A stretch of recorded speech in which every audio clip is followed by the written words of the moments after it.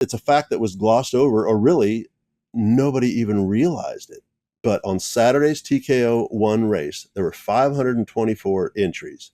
36 were electric. The top 10, 7 of them were electric. So out of these minuscule numbers, less the than majority 10%. Right. Yep. Yes. And the less top, than 10% of all entries were electric. right. And But 7 out of the top 10. Yeah, 70% of the 70%. top 10 Right. were electric. Yeah. That is like baffling.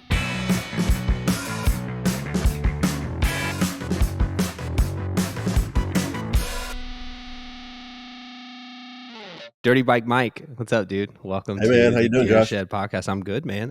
Thank you for taking the time out of your day, which I'm sure is not. If it's anything like our day, it's chaos all the time. Yep. So just to kind of sit down and talk, I'm going to give a little bit of a background here. So we ran into each other, cross paths at TKO this year. Walked up to see some of your guys' product line, some of the stuff that you guys have, and then we just started talking. And then we started talking about this wildly incredible Frankenstein Ultra B that Caleb was racing. Yep. And right. and then that like spawned into like, oh wow, like these guys are like really building stuff to like actually take on gas bikes. Right, for sure. So give us the background of Dirty Bike. How did Dirty Bike come about, and what is it? So let's start in the beginning. I've been in the motorcycle industry my whole life. I raced motocross for American Honda on a support team in 84 and 85. So I've been in the industry that long. And for 23 some years, I worked at BRP, which you'll know is Sea-Doo and Ski-Doo and Can-Am ATVs, and I actually ran their GNCC racing team for a couple of years. And I was working there for a while until I bought, a buddy of mine was there and he says, "And if you buy a Surron, I will." 2018, I think it was. And I said, okay. And I bought one. He's going, man, now I got to buy one too. So he bought one, put it on a credit card. So it was $3,500 then. Yeah. And then got it. And, being in the engineering, recreational product engineering, I looked at it and said, oh shit, this is real stuff. I mean, they did their homework, the FEA on the frame and the swing arm and, the component, the core components were quality. Everything else was junk. The brakes were junk and the wheels were junk and all that stuff. But what a great concept. Get somebody into it, the price point, and then let them customize it to however, they want to make it do whatever they want. Pop wheelies in the street or go moto or whatever. So I just, started riding it and going, hey, man, this got mud all up my back. This fender is too short, so I made a fender. Just fabbed it up. And then I said, well, this is, works really great. Let's put it on eBay. And like 5 of them sold in an hour. Okay. We got a hot one, boys. Right. And then I made 20 of them and they sold overnight. I'm like, there's something going on here. That's crazy. And moved into, shock protectors and just grew from that. And eventually I had to quit my, job at Sea-Doo for 23 years and just do this. It just took over. I was waking up at 3 a.m. and, shipping product and then dropping it off on the way to work and then coming home and making stuff all day. Yeah, dude. Yeah. So, then we eventually got into the business and running it more out of a house. And then, within 6 months or 8 months, we had to get a facility and then outsource manufacturing to places. And it grew into this. So, it's really just building products out of necessity for us and for other people, what they need, assessing what they need. We, the formula is, ride it, break it, build it, sell it. Yeah. Well, I mean, that's a pretty damn good philosophy, dude. Right. There's just so many little things on the Ultra B Caleb was racing that was just like, all right, so we had this issue and this is how we solved it. Like it had the little fan and it had like all of these. I mean, the swing arm looked like it had been taken apart and re-welded on more than one occasion. So like there was a lot of effort put into that bike because obviously it continued to break. So Dirty Bike as a company, what is the bread and butter for you guys? Like, what is it that you guys do in terms of like providing these parts to various bikes? Do you guys just focus on like the Surron stuff or do you make parts for all bikes? And like, how does that work for you? Well, we do. We were actually, one of the first. I think when we first started, there was Lunicycle selling them in California, and there was a guy in Russia called Surron Shop, and then us in America, and that was it. And the Surron was the only thing out there. And then the Talaria came in, and then all these bikes started coming in. So we tried to keep up with them all and developing parts for everything, but it gets really, really complicated. So it's really what people break, paying attention and seeing what really happens, and us getting the bikes and thrashing them and figuring out, oh, this wheel falls apart, or Right. a part breaks off, and then creating a better one and selling it. So all of our R&D is done here. All of our testing, we'll prototype the parts, and we have a machine shop here. We'll prototype the parts, and we'll do the testing and evaluation and break it and make it better, and then we outsource the manufacturer. So what was when you guys were developing parts for the Ultra B? Because I think still to this day, there's just not a competitor. There's Nope. not an Right. honest competitor for that Right. bike. And that's the only bike outside of the Stark that can actually compete with Right. gas bikes. But So it takes some, and that's we have a series called FTR. yeah, I Here. know. The guy that runs FTR, I talked to him. Yeah. Because this winter, if I Yeah. wasn't in Arizona, I'd be down there racing with you guys, Right. because the hair No, scrambles would be so much fun. right. And they are big. And, when it was 2019, 2020, it was just me trying to make laps, and, didn't make it for the first two times, and finally made all the laps, with the two giant batteries. Yeah. And then we realized that smaller batteries are better, and making pit stops are better. So Right. I started doing that with the, well, let's back up to Caleb a little bit, because Yeah. I was doing a series called E-Jam, which is all those trophies up there. I Yeah. actually won the Open and Open Money. Nice. Yeah, 2 years in a row. The whole championships 2 years in a Still row. kicking ass, huh? Oh yeah, yeah. And that was only 3 years ago or something like that. Nice. Nice. Yep. So I still got some skills, not Yeah, as for fast sure. as I They used. didn't go away. Right, it didn't go away. But Caleb started racing it too, and he was the first person that was just flat out faster than me. I mean, like, he was Yeah. just faster. Yeah. So I was like, oh, okay. So I tried to grab him into the fold, and then now he's taken over really the riding. And the dude is so fast in the woods. Oh my God! Even on Does he race GNCC? Yep. Okay. As a matter of fact, we went to a GNCC last year, and he won our electric class by over 3 minutes. Well, that's what we're finding. So we raced the last two GNCCs. Yep. We raced John Penton, because it's in Ohio, very easy for me to get to. It's like an hour from my house. And then we went over to Ironman. Ironman's was, dude, there was like 700 people in our session.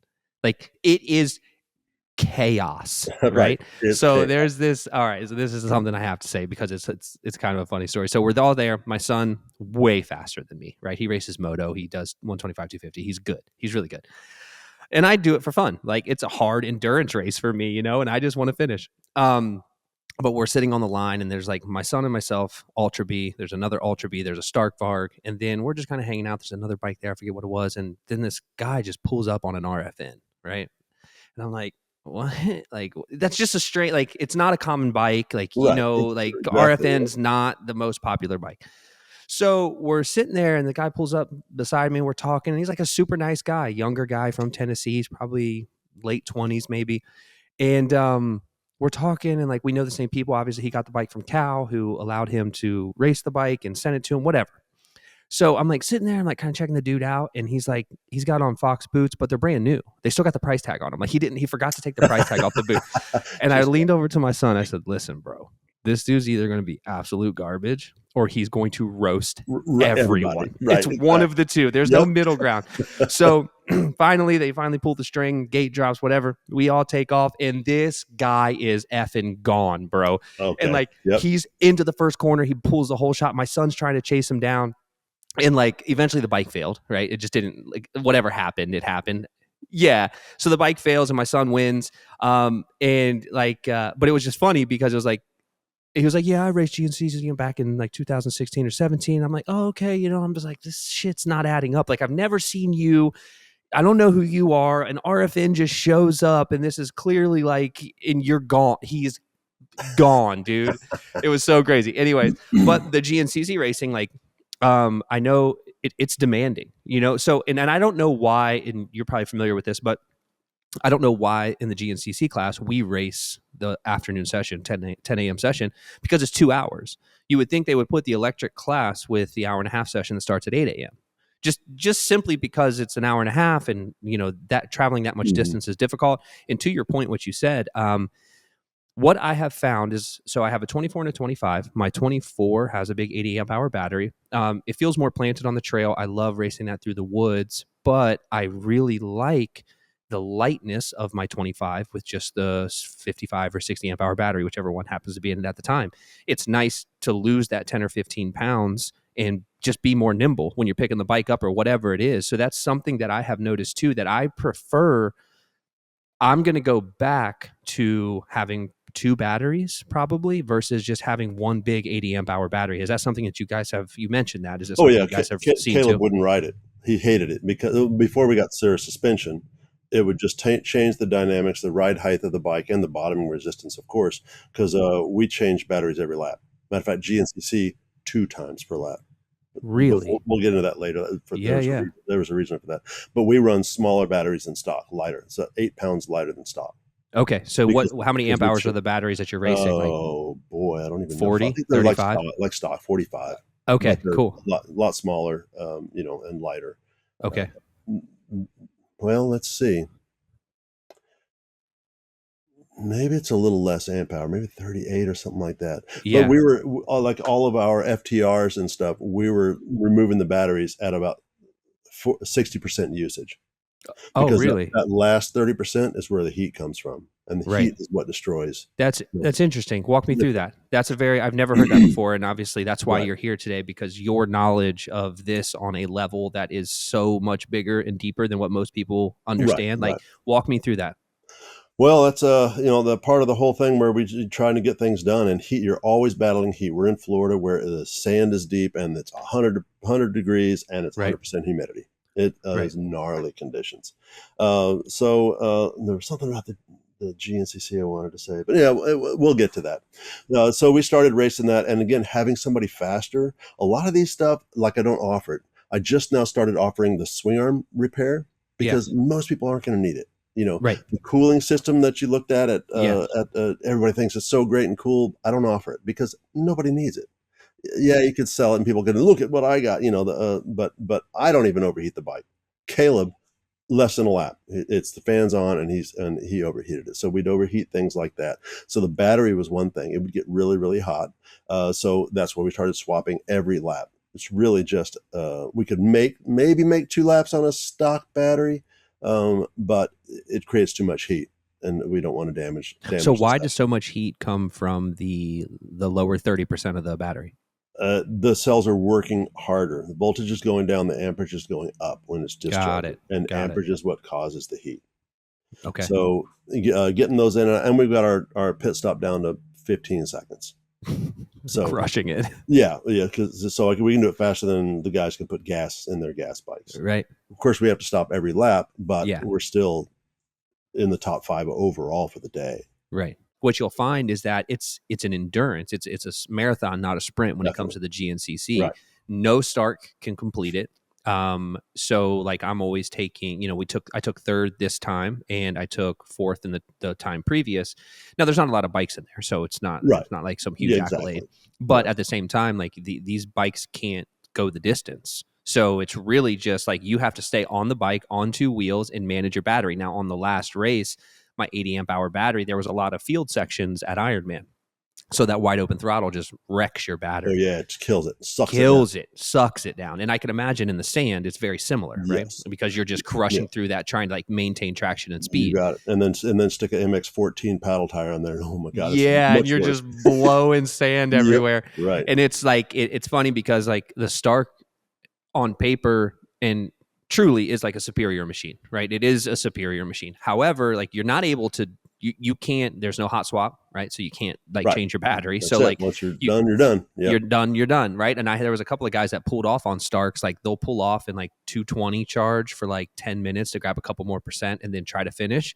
But I didn't finish this last race. I got within like a quarter mile of the finish line and the battery finally died. Like I would turn it off and turn it back on to get like 100 yards, and it just, and then that was it. So it's interesting to see that the dynamic is not so much, it's an endurance race. It's not really a sprint. It's not a moto. It's not a 2 or 3 lap moto where you can just burn it. Do you guys race anything on the track as well, or is it mostly like woods trail style racing? Because that's what Caleb likes to do. I'm pretty sure he does everything, right? Yeah, it does. And we went to Hill Jam East last year, and that was a lot of fun. He won the cross country section, and the pit bike race he got second or something like that. Right And on. we went to the Supercross, entered the Supercross, and realized it was a real Supercross track. Like Justin Bogle was there, and Yeah, Hill's yeah. riding, and Caleb was like, "I'm going to break this thing," and he would have, So we pulled out of that, realizing that it was a real thing. We didn't have the Cirrus on it at that time. Yeah, oh yeah, and Daytona Supercross. We raced a Daytona Amateur Supercross too. Really? Yeah. How'd that go? How'd the bike handle that? Pretty good. I think you got a What third- forks and shock are you running on that when you're doing that? the Cirrus. The Supercross stuff? Yeah, MX Heavy is what we use, Okay. but I really go back and forth because now it's my bike because he's kicked off of it. Tired We're waiting of fixing it. on new bikes. But so I run MX Heavy tune, Okay. and then for I run the FTRs in the old man class now. And I soften it up quite a bit. So I have springs, and I just copy my So settings. do you just swap springs and just put new springs in it springs for that and type? oil level and Yep. all that stuff, and then Yep. on both front and back, so I know the settings and just swap them and go back and forth. Because we also ride with Tristan Lane's dad. He's my riding buddy. Right on. Trace Lane. So Tristan, if people don't know, Tristan Lane is a AMA Supercross rider, and he's a badass motorcycle. Yeah, it's crazy, right? Yeah. What is your perception of what electric will become in the motocross / supercross arena in the next 5 years? What do you think? Right. Well, that's sort of my article that I let you read. Dude, and by the way, didn't know that existed. Yeah. I would like you to go through that today because for sure. I'm going to put the link to the article in the show notes as well good. as the description of the YouTube. But I want you to kind of talk through that because that I will. I had no clue about that. Right, and most people don't, and let's say that and get to that. So I'll talk. Okay. Answer your other question. Well, that was my GNCC thing that I wanted to talk about. Okay. They didn't know where to put us on the GNCC because it was the first stop, I think, that the electric was allowed. So Right. they put us on row 13 on Saturday afternoon. Caleb passed 124 riders in the first lap. 124 riders, just picking them off it was just endless sand whoops. Of course, he came back with no rear fender. Yeah, of course. So he ran over a couple of people to get there, but he's crazy. And also alluding to what you were saying about it's an endurance race. Right. Tell him to slow down. He's so fast, and I know you're fast. Everybody knows you're fast. Just like take it easy. It's a long. He doesn't get tired either. He's in shape and he's a great rider. But on the bike, take it easy. Yeah. So we started doing that. Started racing the FTR, which is a great warm up to the GNCC because it is a 2.5 hour race when you get down to it. So swapping batteries all the time. And then we had I don't know if you know Mark Peroni. He does the XE4. It's a Yamaha YZ250 conversion, and Gotcha. It's sweet. The guy is right on. Great engineering, and so he's selling this kit to turn a YZ250 or 450 into an electric bike. And they work well. And he's got a AA rider on it. So we were battling all last year, and he helped my engineering as much as I did his, because whoever wouldn't break would win. Because we were pushing it. We were overheating stuff, overheating controllers, overheating batteries, and then breaking, frames. Caleb broke the Ultra V frame a couple times, twisting swing. That's how we learned about the swing arms, that they actually flex too much and it throws chains. And people that are throwing chains. Everyone's learning that. You got it. Right. Yep. And that's why we offer that welding that you saw. We box in the swing arm. We add material to the inside and box it in, and it ends your problem. You don't even need a chain guide anymore. It just stops it completely. Our race bikes don't use those things. Going back and forth, figuring out what overheats first. The motor was overheating, and then we get more. I had a fan on it, had holes in the cooling, and then it wouldn't do it. So I got the EBMX motor. That's great. And then we went to the controller. He would overheat the control in the second lap, and that's why we went to And I was talking to EBMX, and it's like, oh man, it shouldn't overheat. Shouldn't have a problem. I said, well, it's 100 degrees, 100% humidity in sugar sand. And, wide open throttle after this first battery. Oh, yeah, that'll overheat it. yeah, for sure. Absolutely. There's no way around it. Right. So they sent us the heat exchanger so we could do the cooling system. And I developed the radiator, the flow rate, and all that stuff to get the cooling system going. And then after that, started overheating batteries, like within a lap. So it's just, and it was because we were being pushed. If we weren't being pushed by Mark on the XE4s, we would have won the race, has been fine. But we were pushing it because he was going faster and we were going faster, and both riders were super fast. So it really progressed both of our programs a lot. That's why I say we got the ultimate Ultra B. We got the best Ultra B in the world, I feel. Right now we're in like a really cool spot in the industry where everybody's kind of like working together to try to achieve the common goal of we need to push these bikes as far as we can because we know they have inefficiencies. We know that their swing arms aren't going to stand up to it's a play real bike. race. It's literally a toy. Yeah. But the problem, I guess it's not a problem, but the good part is you have enthusiasts, engineers, real riders that are very interested in seeing where this goes. So it's back to my question of like, where do you see the electric dirt bike world in the next 5 years? Because obviously I love E-Ride, no knock on them. I love all these bikes. Don't get me wrong. Even the Ultra B. But like they're not able to handle like real racing at a real competitive level yet. The Ultra B is the one that is closest in the Stark for sure. That it can definitely handle it. I think Dust is coming out with an incredible bike, and they're taking their sweet time to make sure that when it comes out, it can handle. It's going to be right. Yeah, we saw the Dust 2 years ago at TKO. Yeah, and I think so. Shit was falling off of it. Yeah, which is perfect. Which is perfect. That's exactly what's supposed to happen. We're hoping for that. Right. But I think then you got like Bonnell, and you got a lot of things coming. And they won the E-Explorer. They know, and Matt started on a Light B and then went to the Ultra B and then the Stark. So he knows what it takes to compete at that level, and that's why the bike's going to be great. The Bonnell bike's going to be great. I have faith in that. I know, as do I. And so like, where do you think that we're going to be in 5 years? Like in terms of, because we all know that the Stark's trying to like get into the scene, like, and listen, Stark's spending all the time and money to get electrified bikes in real races. And that is going to push everything. So so where do you think it's going to be? Well, I mean, hopefully these companies, like we mentioned, can build real, like I hate to say it, but Japanese quality bikes, Japanese level bikes, because once this thing gets big enough, Honda, Yamaha, Kawasaki, they're all going to have electric bikes, and they're going to be the quality that you expect out of a CR250 or 450 or whatever. Yeah. So that's going to change some things. Of course, they're going to be expensive. Their economies, the Japanese economy is just as fat and happy as we are. So it's going to be expensive to make those bikes. Yeah, for sure. So there is that niche where, manufacturing in Taiwan or China or something like that might make the difference, as long as you can keep a control over your product manufacture and development. Right. So it's the same thing. We unfortunately manufacture a lot of stuff in Taiwan or China because you just can't, if you can do it in America, but then somebody else is just going to make it in China and make it cheaper. So it's a matter of keeping control over it, not letting your machine shop create junk. You got to make sure they meet all your specifications and spec it out. Me being from the engineering background, I know exactly, what hardness, what material, and what radius is everywhere, and just spec all that out, and you'll get a decent product.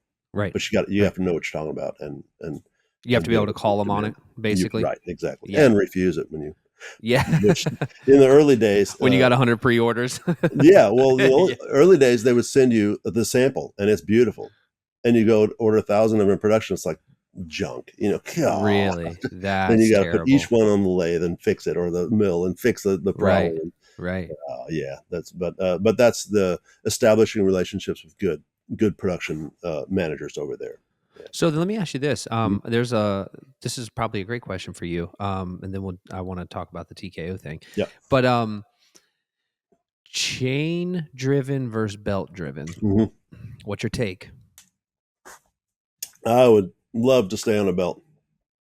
Just can't. I mean, just can't. You put horsepower to it, and then you add in sand and dirt. I think for what the bike was intended for, we're talking about the Ultra B. What the bike is intended for, it's great. It's silent. It really does last a long time. We had a couple of guys do the whole FTR series, I think, on one belt. A couple of guys. Stock power. Yeah. And they're C riders or B riders or something like that. So I think as long as you can, it's fine. It's just that's what we advertise all the time. Don't be that one guy getting stuck in the back of the woods and your buddies have to tow you out. Right. And if you're So running, what would you say like that power requirement is? Like at what point, because my son breaks belts, I don't. But that's just a factor of how hard he's pushing the bike versus me. right, At what sure. power level do you think that it's time to transition? We can stick with the Ultra B, but really I think it kind of I goes think it's like with across the the platform. rider. I think Caleb could break a belt in a week with stock power. Right. Just because he's Right. gnarly on the gas when you're in the whoops, not letting up, like Yeah, yeah, yeah. skimming whoops that'll destroy the whole Yeah, drive line. for sure.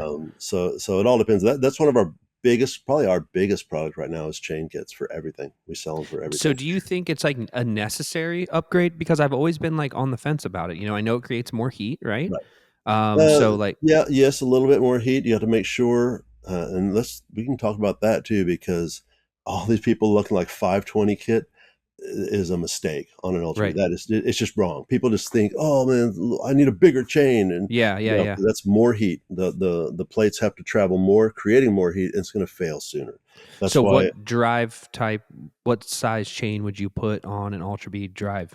the 420, Ultra. yeah, Okay. 420 sealed chains. Okay. Gotcha. We can use non-sealed. Matter of fact, I do in these GNCC and the FTR races, Yeah. so you can hear us coming up because they're Right. loud. But Right. that's one of our problems in all of these races is they don't know you're coming up behind them, and you scare the crap out of them. They hit a tree or they pull right into you, because you just scared somebody because he's resting, thinking nobody's behind him, and then Yep. you come up and scare the hell out of him. So we use Yep. the Trying to horn a pass lot. them. Caleb's on the horn a lot. If you saw him on the course at Yeah. TKO, he's Oh, on the horn dude. because people love it. I mean, people just they go nuts and But do ring you bells. know it's turned into a thing now? Like my Yep, son and the other guy Jay that I had riding the 25 and the GNCC races, people don't move I know like they will not. Right? intentionally. Yeah. Like they Well, hear the horn and it's almost like they're being demoralized. So right. they're like, "Fuck it, I'm Fuck you. staying Right. right in this line." Yeah, yeah. Yeah. That's why Caleb was missing a fender when he came back. I Clobbered had to run people. him over, Yeah. And I remember Michael Swift. clean his ass out. Yeah, my GNCC rider Michael Swift from the utility. He said, Tennessee, I'll bump you once, bump you twice. If you don't move over, I'm putting you in the trees. He would just ram you, and next corner you're going straight, I'm going around, I'm going Yeah, by. yeah, dude. That was his thing. I'll warn you once, warn you twice. One more time, I'm But I putting mean, you in the bushes. it's funny though because like it's when you show up to these places, if people don't know you or you don't know people, like you show up and people are like, immediately they don't like you. Like Yep. it's like it's not that they don't like you, but then it's like, finally they warm up and everything's fine. But the initial reaction when you pull up with a bunch of electric bikes to a gas bike race is like you're automatically playing from the back. So you have to go out and perform just to like prove yourself. Otherwise you're just going to be everything that they thought you were. Right. But it's coming around. Like It in the is. beginning of the FTR, we were in Sportsman, and it had 80 people on the row. Right. And one time I looked over and it was Zach Osborne on his factory Husky practice Yeah. bike. Yeah. But I'm like, I'm on a light B. What the fuck am I Yeah. racing this guy? Exactly. You're like Never looking saw up him. at him. But we would all whole shot. If there's four of us, we'd all be in the front. And they got Yeah. so angry at that they made Yeah. it give us our own class, which was Which I the think right thing to do. that's where, back to the question again is that I think, do you think that in like the pro motocross space, we're not there yet. I know No, that, right. but pro motocross space, pro supercross space, that would you like to see from your perspective those bikes racing with other gas bikes, or would you like to see from your perspective a class specific to electric? And what do you think about that? I think that it's going to be an electric class because I think they're going to be better. And we're going to see this weekend because Vince Freezy's going to be on a start. And I know. World Supercross. Stoked. Yep. I know. That's gonna be cool. He's really listen, brother. Like you gotta hold it down for us out here. Like right. we're counting on you. Yep, right. And Freezy will ride his heart out no matter what. He will give it all he's got. And which I'm hopefully am proud. So yeah, we're gonna see. And that was a lot of work for Stark to get him to be able to do that. It took a lot of effort and a lot of persistence to allow him to compete and I talked about that in my article about AMA and FIM, they're afraid, especially AMA, sort of made some mistakes going from 2-stroke to 4-stroke, Yep. and it was kind of awkward and people are going, you killed that and they don't want to kill gas bikes. And There's a lot of stuff to it, but I am interested to see them compete directly, because I know when we compete directly, yeah, Right. it's Yeah. Yeah. obvious. Um, but eventually, I think it's going to have its own class, be another thing. So we'll see, and that's the interesting thing. I'm not going in order, but I race motocross my whole life, and I've always had a gas bike my whole life. And I bought that Light B. I never rode my 250F again. I sold it 2 years later, not running. Never rode it again. Not because the Light B was better. It's just interesting. It's interesting and it is fun.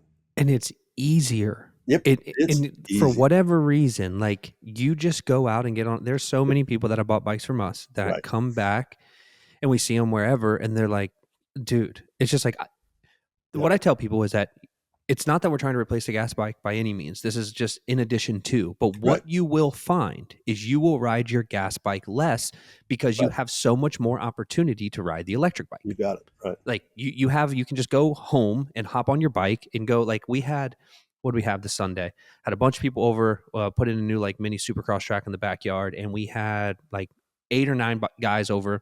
Everybody riding. Nobody knew we were there. Right. Right? Like, Yeah. and we're doing like 5-lap motos. We got this like little start. We're running. I mean, we're like getting after it, dude. If you put that, even if that was just pit bikes, like it would be the neighborhood would be an uproar, right? Yep. Like they'd be like, oh my Exactly. God. So it's like, it's just about it's simplicity. You And don't have to and worry about and all the this stuff. opportunities. We got kicked out of places 10, 15 years ago that you just can't ride in. We're riding in them again, and nobody cares. There's no noise, no complaint, no cops. Nobody cares. And even the cops show up. Oh, that's pretty cool. It's all electric. Yeah. Yeah, and you go ride the same place. They don't give a shit. Yeah. So that is the biggest. I mean, I tell people that, no, I'm not doing the environment thing, trying to be a tree It's hugger not or about whatever. that. Not at all. But Not at that's all. what, like, when you pull up to a gas Right. bike race, that's what everybody's like, oh, Right. here it comes. Yep. You know Yeah. what I mean? And it's like, Right. no, dude, it's not about that. Like, it's about Well, like, this is people new. are And afraid of new things, especially when they're invested in, they got their whole life in this one thing, and something new comes along. It's, I hate that. yeah. Yeah, we had one video of a botched pit stop that we did. And it took 45 seconds, something like that. One battery went in. It didn't want the BMS shut down. So we had to pull it out. Another one, put it in Yeah. backwards, And then everybody's And in the comments. yeah. Oh, yeah. No, Yo, you. the first comment was gay. So I wrote back, I said, gay? It sounds like somebody is a closeted electric, or at least electric curious. And that started the whole thing. 2.6 million views on that video. That's how you do it. Listen, Right. controversy is what gets views, man. Like, it doesn't Definitely. matter how good the content is. If you can Right. piss some people off, like Yep. that thing's going viral. You know what I mean? Oh God, that's Yep. Right. oh, that That is so was good. So with the TKO, let's talk about that article that you wrote, because it was frantic. It was fantastic. And so, will you explain to whoever's listening yeah. that what you saw there and like the numbers that you pulled from the overall races? Right. So, I mean, we've been doing this thing from the beginning when there was, 4 or 5 of us, and, getting better. I actually ran it the first year, and I just said, this is not me, man. Right. It was kind of wet and slick, but it's getting more and more better. And people are in this sort of like, you were there. It's sort of like an industry meeting. It's really cool. It really is. And And the you see everybody beautiful working together to solve harmony that, problems. like, Yeah. I think I saw on another one of your podcasts that we're all there to better the industry. It's not really Right. about me and you are competing, and we're giving each other parts and helping each other out. And, Right. and it's such a cool vibe right now in this industry. And I know it's going to get bigger, and, and It'll change. worse. But It'll like, change. we'll always be the guys that be like, man, back in my Right. day. It's when money gets involved in stuff, when the passion is there, but then there's always the money people come in and, oh, we know better than you, we'll do this Yep. and this, and you lose the passion people will back out. And I will too when it gets really 100%. big. I think we all will. I'll go on to my next passion that nobody knows about, or nobody does. Yeah. So Exactly. anyway, so at TKO, it's a fact that was glossed over, or really nobody even realized it. But on Saturday's TKO 1 race, there were 524 entries. 36 were electric. When the day got done, the top 10, 7 of them were electric. So out of these minuscule numbers, Less the than majority 10%. right. Yep. Yes, and the top, Less than 10% of all entries were electric, right, and but 7 out of the top 10. yeah, Yeah, 70% of the 70%. top 10 Right. were electric. Yeah. That is So like baffling. baffling, exactly, or remarkable, and that's where what the hell, how the whole article started. I started going, why? Why is it? Are they all like pro riders? No. Are they great bikes? No. A lot of them are stock play bikes. Right. And all different manufacturers, different wheelbases, different seat heights, different battery capacities, a different power, but they all ended up in the top and skill levels. This is the whole slice of the whole pie out there, the skill level. Right. So, and that's when I went into why and the reasons why I think it's better, about keeping your body position right. You're always in the balls of your feet. Your brakes are on your hands are on your brake all the time. You don't have to be moving back and forth, sitting down, trying to shift braking. There's so many benefits to it. It's easier to ride. You can ride longer because it's easier. Mm-hmm. And then Mm-hmm. climbing hills, where if you think about the gas bike, the piston has to come up, up to the compression stroke, it slows down, and then the fires, and then it speeds up. So you have that, and it's transmitted through the driveline to the tire. So the traction isn't near as good. The linear acceleration of an electric motor makes them climb like billy goats. It's crazy. I mean, It's a cheater bike. Like, it's so much yep, easier to climb hills. yes, It's so much easier to do all the things that require. What's crazy is that there are so many people that ride dirt bikes now that would probably have never ridden a dirt bike. And if the gas motocross crowd or the gas bike crowd can't see that this is what's going to right, drive the market yep, forward, they're crazy. right. And I think that's what, like, KTM Husqvarna with that little 50, that's going to be the way to do it. There was so much Yeah. resistance. People are starting to understand now, but there was so much resistance. That is the brilliant. You get the kid started on it on a 50. When he gets a little older and wants something else, what's he going to look for? Oh, going to learn how to shift and kickstart the thing and it flooding. Right. No, he's going to Right. ask for another electric bike. So you're going to follow those kids up until they become adults, and then you're going to have adult sized bikes, and that's what they're going to Exactly. want to ride. That's what they know. Exactly. Yeah. Yep. So that's a pretty smart thing. And these little bikes, the Light Bees, are like that. They're accessible, they're cheap enough, and they're super easy to learn on and ride on. I mean, that's what I tell everybody. I wish I had raised 2 kids in motocross, and God, what a pain in the butt. Buying bikes all the time, doing the clutches, and it fall over, it burns them. They can't get it started. You got to walk over there and kickstart it. Man, I wish I had electric bikes, and it's all Yeah. on your phone. Turn the power down. Oh, you ready for a little more? Turn it up. You're not Yeah. spending $1,000 looking for 2 more horsepower. Right, and you're taking it to the motor builder, and he's got to Yeah, like, right. bore out the head and like Yep. all this And crazy then it stuff that blows we're up the next 2 races. literally. You're Yeah, running super mini, right, and it's a new bike every single right. race. You Like got it. every race weekend, you got a super mini. You're rebuilding it because And the compression is so high. yeah, I remember doing that, stators and clutches, and you're just working on the damn thing so much. Yeah, it's crazy. On these things, you just turn the key and go. And if you've done their modifications on your battery and your controller, you can make it unrideable, turn it up so it's unrideable. And that's what I tell everybody about these things. Oh, how fast is it? No, it's our bikes are unrideable fast, and you tailor Right. it down to whatever you're on. If it's a long straightaway, you put more top end in it. If you want more Right. grunt and it's engine braking, it's all on the phone. You just tap, tap, tap, and it's Yeah. done. You Yeah. change the power output. That kind of versatility is, a game changer. And that's another attribute, that I talk about in the article, why these things are so good. I've been at tracks where I'm suffering through, way too much mid-range, bottom end, hitting the doubles, look, oh, my right, and Yeah. going over the jump. Now you just turn it down. You go on your phone, a little less Right. mid-range. Okay, Yeah. now I'm all good. So there are a lot of benefits, and I hope people get a lot out of the article. I'm submitting it to Racer X and Dirt Bike and things like that to see if they may not be interested. They may still be on the Well, electric. you still there's politics that needs to still be played for those guys. You Right. know what Yeah, I for mean? sure.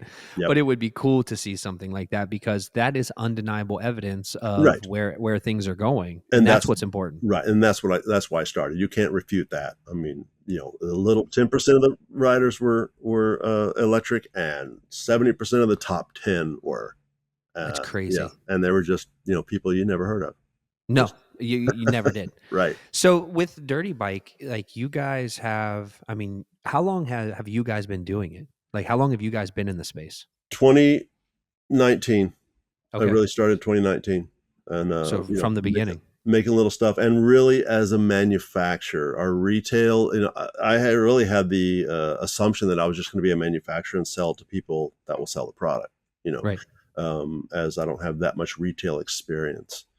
And it's changed, e-commerce is so different than, I think the last business I had was a pit bike company back when I was three-time Florida State pit bike champion, '05, I think '03, and You're an went out to OG, Orlando. Mike. Yeah, I know. Mike's an OG. Just being Yeah, humble about it. yeah. And I did made a lot of pit bike parts for those things. The same thing, you Yeah, yeah. adults, big old adults get on and crush them, and then Yeah, they better need to be rebuilt. bar risers and suspension and stuff like that. And passion, it's just a passion product. Right. I love doing it. So yeah, so we've been in it for quite a while, growing. Now we're stuffed into our shop here and we can barely move. I've got ripped pants. All of my pants are ripped. We're snagging on Walking everything. through stuff, Yeah, walking getting through metal caught. sideways Yeah. to get, and the Yeah. shop is dangerous. Got saws and a mill and a lathe sticking out there and the lifts and auger you in the thigh. When you're walking That's by. crazy. So do you have any ambitions because there's a couple of things that obviously every bike needs.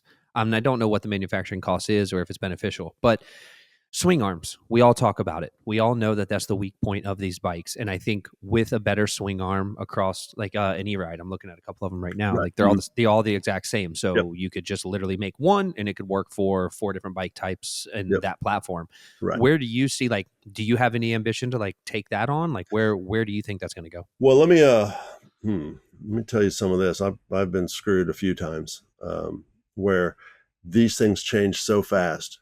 And From a manufacturing perspective. yeah, and from the demand perspective, our industry is, well, right now it's commanded by 13 to 15-year-old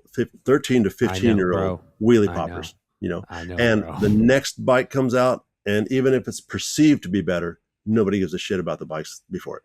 I have a huge fear of that for a lot of companies that are coming new to the market Oh is yeah, that when you have really good marketing, it looks like all your shit's in order.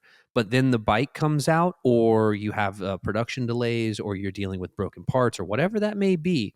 I mean, they deliver like a subpar product, or they lie about their specs and it's not actually right. true. And you don't Yep. have an actual forged case on your bike. And then you said you did. And now, like, people are finding out that that's a lie. Mm-hmm. Like, there's so much of that takes place in this industry, and like this is the stuff that doesn't happen in the gas bike world anymore. And yeah, and a lot of times that customer comes over. I've seen a few going, what do you mean I can't get a warranty now? You should give me a new one right now. And they're used to how things are done, and from the Honda, Yamaha, in an industry that's been shaped over 50, 60 years, to into this beautiful, seamless, lubricated machine. Where Right. this is, where the dealer network is like incredibly expansive, and like right. there's thousands of people that you could take your bike to get it fixed and all that stuff. Which Like E-Ride Pro was trying that. Surron was trying to get dealers until they said, "Look it, I'm out of here." I had a company call me last week out of Arizona, and they were like, "Hey, we're looking for a specific part. They just didn't have it in stock. We had it in stock." And I'm like, "Yeah, and it's whatever." And they mentioned they sell Surron. I'm like, "Well, how's that going?" And they're like, "What do you mean?" There's a guy that obviously like isn't in the know. He probably just works there. And I was like, "Well, like, are you guys getting Surrons?" And they're like, "Yeah, like we just got a shipment this week." I'm like, "What?" So like, and he's like, "Yeah." I was like, I'm not going to name names, but like from the names of the people who bring them in. And I was like, "From these people?" And they're like, yeah, we just showed them up this week. I'm like, so what the fuck is actually going on? I was a Surron dealer for a while until they told me to give up my URLs for free. I own AmericanSurron.com, SurronUSA.com, Sur-Ron.com. Yeah. That was smart, by the way. Yeah. Well, nobody, they weren't here, and they didn't trademark the name here. So all those URLs are mine. I mean, there's nothing they can do about it. They didn't trademark their name Sell before. them to you. That's what I told them. I sell them all to you. How much? Oh, no. Well, hey, man. Well, then I'm going to do what I want then. So I actually have the largest collection of OEM parts for Surron back then, 2000 or whatever it was, supporting the people, because I'm from a service background. I know that, that's what builds a customer satisfaction. If you can buying a bike and having it break, they're not going to want to buy another one. But having a good customer experience on a bike, they're going to keep on buying from you, as long as they can go get it fixed. And even if there's problems, hey, as long as you fix it, they're going to have a good experience, and then they're going to buy the bike. Right. So trust. Well, and I think that's just business 101. Right. Yeah. We don't need to be like rocket scientists here. Like, the one reason, do people come here and pay more for a bike than they could get online? Because there's sales tax depending upon where they're located, and then we have an assembly fee depending upon the bike. So there's variances, right? But they know when they get the bike, if the bike breaks, I got a freaking shelf full of stock parts Right. that Yep. you come here, I will get your bike fixed. I'll deal with warranty on the back end, and you can get rolling again, right? There's comfort in that. And regardless of how people, like the 14, 15, 16-year-old kid, like they just want to buy it online from Surronster, right? Right. Yeah. Which is fine. I don't Yeah. get, like, I can't like fight that. Like, that's just a real thing we got to deal with.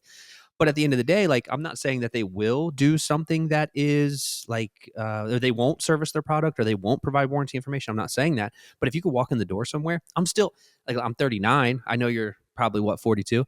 But but like, we come from that experience. Like, Yeah. even today, if I'm buying something from anywhere, I want to go and I want to touch it and Right. I want to buy it. I Same want to thing. walk in a store and Yep. I want to leave. And like, I like that. Like, that's Right. that's part of the fun for me, right? But I think, we're something that you said in the email that you sent us was like, providing legitimacy to, oh gosh, what did you say? Providing something along the lines of providing legitimacy to an immature market. Yeah. That's the goal. Right. That's what we're all trying to accomplish. And I Yeah. think, And like you and I understand what that is. Maybe the 13 to 15-year-old kid doesn't really understand that, standing behind the product and being able to service the product and having a good experience. But, you and I do and know what it should be. I right. know the motorcycle industry and what it can be.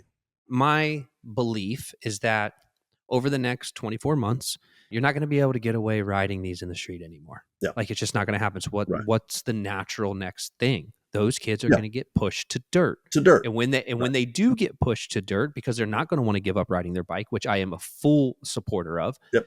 then you're going to have a lot more customers back in the market. Like, oh, well, this is not going to work for what I'm doing now. And they're going to need a different bike, or they're going to do whatever. Like, and I'm sure, like, for me, I don't know if you do, and if you do, don't take this the wrong way, but like, I don't participate in ride outs. Nope, like, as a I company. don't either. I can't. Like, I can't get down with that going through the streets, bro, I'm not on a dirt bike going through the streets, and there's 600 of you taking over intersections. Like, what the fuck do you think's going to happen? Nope. Do you think that's good for the community? Do you think that that's? I get it. You can do a wheelie, and that's fucking cool. Like, you can do a wheelie. There's a little. For you had to learn that. A little skill. Yeah, like you had to put like 3 or 4 miles on a wheel. I'm impressed. Great job. But like, stop taking over streets, man. Like, as a company, like, we strive to put kids on the dirt. Yeah. And what we're finding is that, like, it's increasingly more difficult to find adequate places to ride. But what I've also seen, and you tell me if you've seen this too. I was talking to Nate about this the other day. I'm seeing a lot more moto tracks pop up again. Yeah. Like, stuff that had been gone. Mm-hmm. They're popping back up. Why do you think that is? Well, I don't know, but I know that that's one thing I talk about in the article too, is it's a whole new opportunity that when a bike track shuts down, which I've seen multitude of tracks out in the boonies, people move in around it going, oh man, the noise, even though the track was there before their house, they make them shut down. Yep. So this is the opportunity with Electric to keep it going, just to be electric. Or Wednesday night, something, there's church going on right now across the street. Hey, have an electric night Wednesday. All electric bikes. So it gives even the track owner another opportunity to get more, newer clientele in, and maybe those kids, give them a trial day. Yeah, it's a novice electric day. You're not going to get run over by people. Just go out there and have fun and see what your little light bee can do. But the opportunities to do that, or to open up a track right downtown, like you said, in your backyard, nobody's going to complain about it. At Tristan Lane's track, Trace takes the tractor and we just smash all the jumps together because he's a supercross rider. We just smash them half the distance. And now we can make them on our bikes. And our mere mortals can jump these jumps. Yeah, exactly. Normal people. Right. But he wouldn't be able to do that in a weeknight because the neighbors would complain. We can do it all night. We can do it into the night. Headlight, all you hear is a bunch of old men giggling and, just having fun. Plastic crunkling when you crash. But there's a lot of opportunities. And I know Eric Bernard, he's my other riding buddy. If you don't know who Eric Bernard is, he is the mastermind behind everything in moto in motocross, like Supercross, Paris Supercross, Red Bull Straight Rhythm, the Red Bull TKO. It's all him. But that's he's crazy. Real super low. He's a passion guy, and when money really gets involved, he's out. But I mean, But he's a smart man. his vision, and e-explorer was his invention too. He's just an Right. inventor of all this stuff. So what his vision was is to take these e-explorer races and go downtown, in Milan and downtown Miami and Right. in Australia. He wants to get inside, sort of like Formula One does. They go into Right. towns and close off the streets, and you could Right. do that. And just to get the exposure and people interested in electric vehicles and actually see them up close and go, wow, that is pretty cool, or Right. they're fast or whatever. So, Well, I think like my goal. So I think this is. I would love to have. You got to make enough money to do it, but like to just have a spot in a city, like we're in Columbus. It's a mhm, pretty major metro. right. And you have like a 10,000 square foot warehouse, and you got your bikes, and you have your company there, right? But Yep. you also have like a space where kids can come and ride safely, and like I, it's I manicured. thought that out. Actually, I did the business plan out, buying a So I grocery. got it on my whiteboard, and I've Right, like, right. gone Yeah. through it, and I'm like, Yep, okay, right. Thinking about how it. many memberships do we need to sell, or how many Right. entries do we need to sell? How much is this going to Liability of it cost? all and Yeah, like maintenance what's the and yep, insurance going to cost? right. Yeah, yeah, Yeah, yeah. but a grocery store would be a perfect example. If there's for Yes. kids, you're not me Yeah. jumping a big bike. But like you said, the after school program, man, bring the kids out, a safe environment. They're wearing equipment. Everybody's going the same way. You got people watching them, just like it's probably safer injury wise than skateboarding, that's for sure. Or Oh, for sure. You're not on even concrete, BMX. and Every time I you're get on a bicycle, I hurt myself. dude, and like concrete, like, don't get me wrong, Yeah. hard dirt Yeah. sucks too. It seems But like it like, seems like everything happens so fast on a bicycle. Like on a motorcycle, you're crashing going, okay, I'm going to roll yeah, this way. or it Bikes like, feels slow as you're yeah. nose diving. On a Yeah. bicycle, it's like splat. What the hell Yeah. happened? Why is my face on the ground? Yeah. Yeah, Yeah. it's funny. I don't But know I why think that like is. that's what it's going to take for, and not necessarily what it's going to take, but like that would be like the ultimate goal. So the Right. ultimate goal for me is Yeah. this is what I want to do, but I want to be able to provide people a safe place to ride. And I Yeah. want to be able to have ride nights on Friday nights and have races on Saturday, not because I want to be a track owner, because that's not Right. my goal, Oh right? Like God, no. Yeah. I don't Who really would want to want deal that? with that. Masochist. Like, Yeah. yeah, like it's not something I'm very interested in, but Yeah. like you can still do it for the electric community. And Right. like finally this year, we have a track owner who has an indoor arena who's finally bringing us in to say, hey, well, he was already doing it, so I can't Mm. say it's Yeah. my doing, but like a Surron / Electrix race, and like we're gonna, like it's finally something that's being done here. And everything moves from the west to the east, like from Europe to China to whatever, to here to the California, and then it's popular there, and then finally we get it on the East Coast. But like it's starting to become more and more of a reality, where like this year Oh we're gonna yeah. have like 4 or 5 bikes out there and 4 or Right. 5 riders, and we're gonna have people racing. And right now it's just fun, like it's non-points Yeah. paying, we're Right. just here to have fun. But And just getting together and having fun. Yeah. but it's like it's a small course, it's an indoor arena, so it's very supercrossy, which is totally cool. And it'll be a lot of fun to see these bikes compete against each other and see where that goes, because once you get one track owner to do it, then what? Yeah, right? Then it's like, well, this guy's like, hey, what do you got going on for the summer? Right. Like that's what we're trying to do, is And develop a market. showing them the opportunity that you can open up your more customers, more riders to come in. It's not like something 100%. horrible or evil, just more people. The J Days guys up there in Massachusetts, Connecticut, or Yeah, wherever yeah, they are. JD, dude. Every time I see their like ad or an article or something, I'm like, God Yeah, damn, I want to go up there and I know race. it looks so It cool, looks so right? much fun. I Yeah, want to drive up there too. And Caleb's going, yeah, come on, let's go, let's go, let's go. yeah. When you guys are on your way, let us know. We'll meet you Yeah, there, dude. right. Just hook on and go, because we may do one next year. Those guys are super cool. They called us because we're getting 30 riders every round at our FTR races, and they'll have to Right. get more people. And let's tell them about it, and it just sort of organically grows when people see how much fun we're having and how fast they are. When they whole shot all the gas bikes, you're going, oh, there must be something there. Yep. And also they had a pit bike problem. All the kids, riding wheelies in the pits, and Yeah. oh, how are we going to solve this electric bike pit, problem? They're all kids are everywhere. I said, well, what do you do with the TTR 125 or the kids going in there? Well, it's different. No, it's not. That electric bike is a motorcycle. That treat it like a 100%. motorcycle. Nothing else. It's a motorcycle. Right. Which one of our racetracks, you pay $20 to get in and you get a wristband. He Yep. walks around with scissors. You're screwing up. I'll warn you once. Second time your wristband's gone. Go pay to get back in. Perfect. Yeah, I mean, that, perfect. Whatever it's got to yeah, be. exactly. Or here's a crazy idea: build them a fucking track. Yeah. Build them a small little track to Yep. ride Right. and say, hey, that's where you ride. Yep. Little shits. Right. I get it. I got a 14-year-old son. Him and all his friends are tearing shit Yep. up all the time. Tearing it That's up. what they Right. do. Yep. That's what boys do. That's what I Right. did. That's what you did. That's what we You all got it. do. Yep. So give them a place to like, this is Yeah. your place. You come here, you It's your ride. No corner. riding through the pits. Right. You go ride over here. You guys can rip it up all night long. Give them a flat section to just do wheelies or whatever. Yeah, and then you Yeah. add like a couple little jumps, just like basically a micro pit bike track, Right. just Yep. to keep them wrangled up, and that's where you take them. And that'll encourage, not discourage them from riding, but encourage Yeah. them to ride it the right way in the right place. So like with all the AMA insurance stuff, right? Because I don't know if track owners hide behind that or it's true. But I know that they're all like joining up to like have the AMA insurance because it's cheaper for the track, right? Yeah. And it's just more economical Right. for them to be able to do it. And it's more protection from them if something were to happen because they have like a conglomerate behind them. But with it seems like every track, so like we'll go to a track, my son races on a weekend, we go there and like no pit bikes, no Surrons, no none of that Yep. stuff, right? And everybody calls them Surrons. That's just all it is. It's just Surron. So, and then the next week it's like, all right, bring your Surrons. It's like, what the fuck is going on? Right. Like what is there a problem with insurance and AMA? Does AMA have a beef with the Surron electric bike thing? Or are they just trying to keep everybody safe? What's going on? What's your take on that? I don't know. I know that they're really wondering how to deal with it. And if you've looked at the AMA's rules, they haven't addressed, they tried, but they really don't know what they're doing. I've offered to help them, and so does Eric Bernard offered to help them make some better rules. FIM just came out with some better rules. But yeah, I don't know. I think the track owners also do that, sort of like in service. We say, oh, insurance won't allow people in the back. Mhm. That's kind of bullshit, but you use that as an excuse to control Right. the things that you need to control. Right.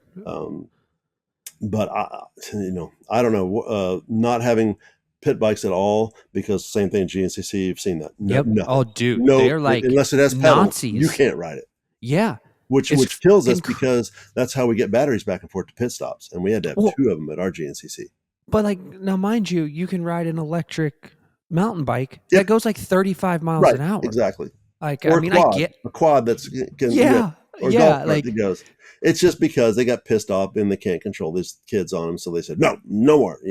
yeah, Or and I don't- get that. Like it's probably Yeah. pretty annoying chasing around a bunch of like 10 and 12-year-old kids who are Yes. ripping shit apart because their parents are hammered drunk at the bonfire. Right, Like I right. get it. Like it's all it makes sense. I would Yeah. probably do the same thing. But yeah. now I have to make an electric quad so we can take our batteries here and there. Oh, dude. You Well, know. that's not like the worst thing. No, right. It, It'll be fun. It'll be fun. Yeah. So But it's yeah. cool though, but like I think so with Dirty Bike, you guys have been. What are some of the services, like the most common services you offer? Because I saw, you guys had posted a video recently about a rear subframe on an Ultra B that had Yep. been tweaked really bad, and then instead of like buying that customer, like most of us, like for me, just from my skill level and ability to fix that problem, Right. the logical thing would be just to buy a new subframe. Yep. Right. With But you guys like kind of tweaked it back. So Yep. talk about some of the services you offer and like for people that may have problems with swing arms or whatever Right. and how they can reach you. A lot of it, and that's the whole problem with service, is you take it to a motorcycle shop and they look at, oh, it's not a motorcycle. You I'm take not it to a touching it. bicycle shop. That's not a bicycle. I'm not touching it. Right, not touching it. So all Yep. these kids, and they don't, the 13 to 15-year-old, they don't have any mechanical skills, especially the last 2 generations that come around. They don't have any mechanical skills. And actually, I watched some of your guys' videos on basic stuff, replacing brakes and bearings and stuff like that. Well, I think that's a big part. Like when Nate came on for us, we know that the market is very infantile. We know that they don't have a lot of skills. And like the Charge Cycle Works of the world, the Electric Cycle Riders of the world, they were doing this like back when you were doing it. Yeah. Like they've been doing it. So Right. for them to like backtrack to the beginning is just not like really beneficial to them, right? But for us being new, Right. we can provide that new that old information, and as the market matures, like you have that information, because a lot of that information doesn't exist on the internet. Right, and you're going through the exploratory stage yourself, looking at all these bikes and stuff like that happens. But anyway, I commend you. You're doing the large work. Thank you, thank you, sir. Thank you, people. Because that's what they're really clamoring for. And in the beginning, I had a lot of videos and service information on my website, especially parts diagrams and things like that, and how-tos. That was the big draw, because nobody knew how to work on these things or how to even get parts or what parts fit and stuff like that. So we offered a lot of that information, and that's what you guys are doing. It's going to bring you a lot of customers. Right. One of our Really, I say our most selling item is bearings. We offer every bearing for every bike that we can get our hands on. Right. And Um, I'm assuming you did that based upon what you've seen, yeah, like because just they problems. like especially the biggest thing is the front wheel. It's a Hmm. mountain bike front wheel, so it's got mountain bike bearings in it. And you put a gorilla like me on the bike, I'll toast a set of bearings in a week. Right. They're Right. not designed. They're not designed for um, a big dude doing that. The bike was really, and if you look at the Surron and the a lot of those bikes, they're transportation in most of the world. We're the only one that Yeah. uses it only As exclusively a for toy. recreation. Yeah, Yeah. yeah, Yeah. it's transportation and economical transportation for most places. So that's why you see all the street legal kits for all these bikes because in most countries that's what they're used for. Not really, Right. we're the rich fat guys that just Right. play around. That's all we do. Destroy shit. Oh, no, it's a toy, man. So Mhm. what else? So then the bearings being the number one, like Mhm. do you offer so someone in a different state, like if they have an issue with something, like how do you offer, like what are the services that you guys do? Diagnostic stuff. Well, we actually do a lot of warranty work for people. You ride Pro and Rawrr, Yeah. even though we don't sell the bikes because people don't know how to work on them, and if Right. it doesn't go, it doesn't go. It doesn't start. And that's maybe something that you should do a video on. I would love Yeah. to do it, but I don't have the time. But Yeah. what would make it not start? All the safety switches and what you have to do to diagnose that, and the kickstand switch, the brake light switches. What will make it not start? There's not too many things. The throttle voltage being too much or too little will make it not Right. start. And then faults, and a lot of people come to our website are talking about faults too. So diagnosing not running, Right. the battery recovery, which we don't advertise it that much, but and people don't understand that the BMS, the battery management system inside there, is looking at the voltage, and it gets too low, which is only like on a 72 volt batteries below 60 or 59, it shuts off everything. Can't even charge Right. it. So we Right. disassemble it, bypass the BMS, trickle charge it till it comes up, make sure all the cells are equal, looking at the Right. BMS app, and then putting it back together and charging it normally. And that'll happen if it sits for a long time. And I was talking to Patty about that earlier, I think today, about where to keep batteries. People don't read their owner's manual that you shouldn't leave it 100% charged, and you shouldn't leave it less than 50% charged. And if you're going to have it sit for more than a week, you need to have it 60% charged, 60, 70% charged. That's where you need to keep it. We don't even charge our batteries all the way up unless we're at a race where we need it to be. Right. We'll go to 90%, 95% charge, because that extra bit is what causes heat. And Right. same thing with bringing it too low. That causes heat, and heat is the real enemy of the batteries. That's just trying to keep the heat down, and your battery lasts forever. Do you guys also like rebuild Sears forks and stuff? Do you do Yep. all that stuff, like Yep, we change are oil a and springs service and? center in here, and spent a lot of time with those guys when they came out. That is another godsend for this industry. They Oh, brought brother, tell me real about it. suspension to this industry, because Yep.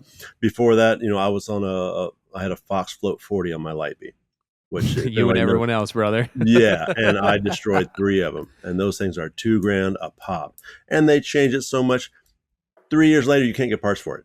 Like, Yep. guys, Well, come that on, makes man. It's a sense. Yep. $2,000 fork. Golly. So, and then you put a moto fork on your little bike, and it's just so heavy, and then the frame breaks. When you stiffen something up, that's like, I hate to go too deep, but finite element analysis, FEA, and that's what Surron did. Their whole bike flexes together. Right. So, and that's why it doesn't break. It's like if Yeah. you had something beefed up in here and these two, it would break. But if you make it all thin, it all bends together. And that's what they've done with their bike and the swing arm. That's why they wallow when you ride them. If you're an astute rider on those things, they're like a noodle. They're riding and they just sort of Yeah, just wallow down the moving track. around on you. But you put a big stiff front end on it. Now you're holding the front stiff. Something else is going to break. The frame's Right. break. Oh, that makes a lot of sense. So that's, understanding the engineering of the whole chassis and the movement. And that's why even in our swing arm welding process, we let it flex enough so it doesn't break somewhere else. So it's Right. it's a lot of work to do those things. But realizing that when you're Can-Am racing program, guys would want to gusset the frame and Right. weld it up because they did that on Yamahas. And we said, no, you gusset it up, it's going to break in 3 places. Right. Let the whole frame flex. Yes, it flexes. Let it flex. That's why it's so light. Right. We got to train.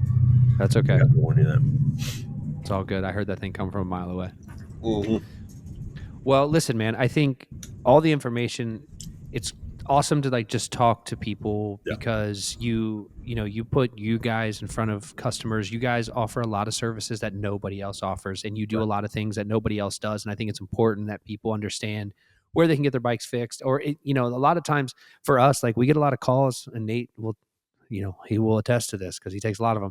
People just have questions, man. Yep. They just Right. need to talk. They just like, Exactly. hey, I just don't know. Should I do this or should I do that? I was watching this fucking YouTube video. I was like, no, Yep. Right. that's stupid. Don't do it. But like, giving you're providing wisdom Yes. and experience to an infantile market, and that's pushing this forward. And even though it may not be to the mass market right now because of all the people that are riding these bikes, like Mhm. we know where it's going, and it's only a matter of time before it gets to where we're Right. all going to be stoked Yeah. for it. Yeah. So And providing, establishing yourself, that's what Patty always says, as the expert in the industry and letting people know. That's why, thank you very much for doing this. I can get out to, no, of course, some more people. And I really admire your videos and the job that you're doing and even the service stuff.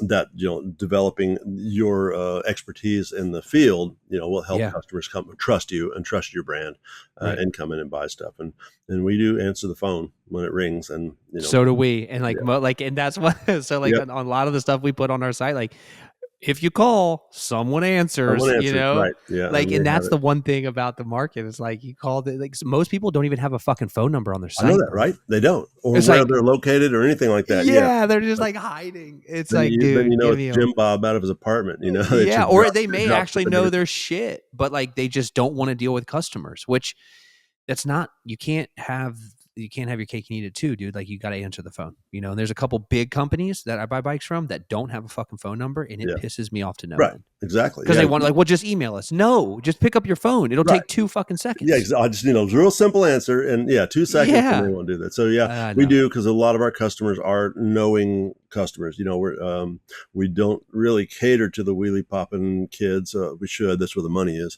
But Yeah. No, I hear you, more of brother. the race head, the guy who really needs parts that really work. That aren't gonna fail and not junk. And everything we have here, we either manufacture it ourselves or we use it on the race bike and go, this part is good enough, and we'll sell it to the customers also.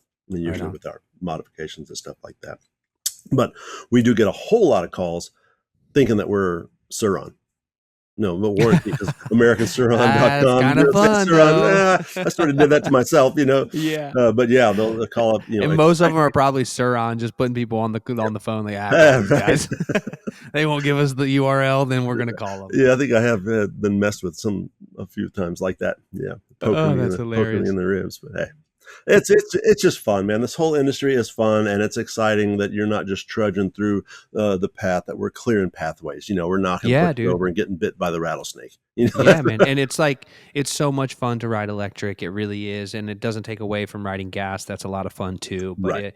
when we go out on a trail and we're all together and we can just talk shit to each other Yeah, while we're right. moving. And like, there's just little things you can hear nature, you can hear your chain slapping, you can hear Right. everything in the bike working. And people don't understand that yet, but they will. And it's guys like you and a bunch of others that are like really bringing this on, and we appreciate it. I appreciate your time today, dude. Thank Oh, you no for, worries at I all. know you're Thank you probably very much. busy and you got a fucking a million things to do, but I Yep. appreciate you, and thanks for everything Dirty Bike has done. And if you ever need us, call us and we'll Cool, do the man. same, brother. No, we'll do. And I'm going to send you like I said, the skid plate, we sold out of Yeah. it in 3 weeks. Yeah. I'll send you one just to try it and see what you Absolutely. think.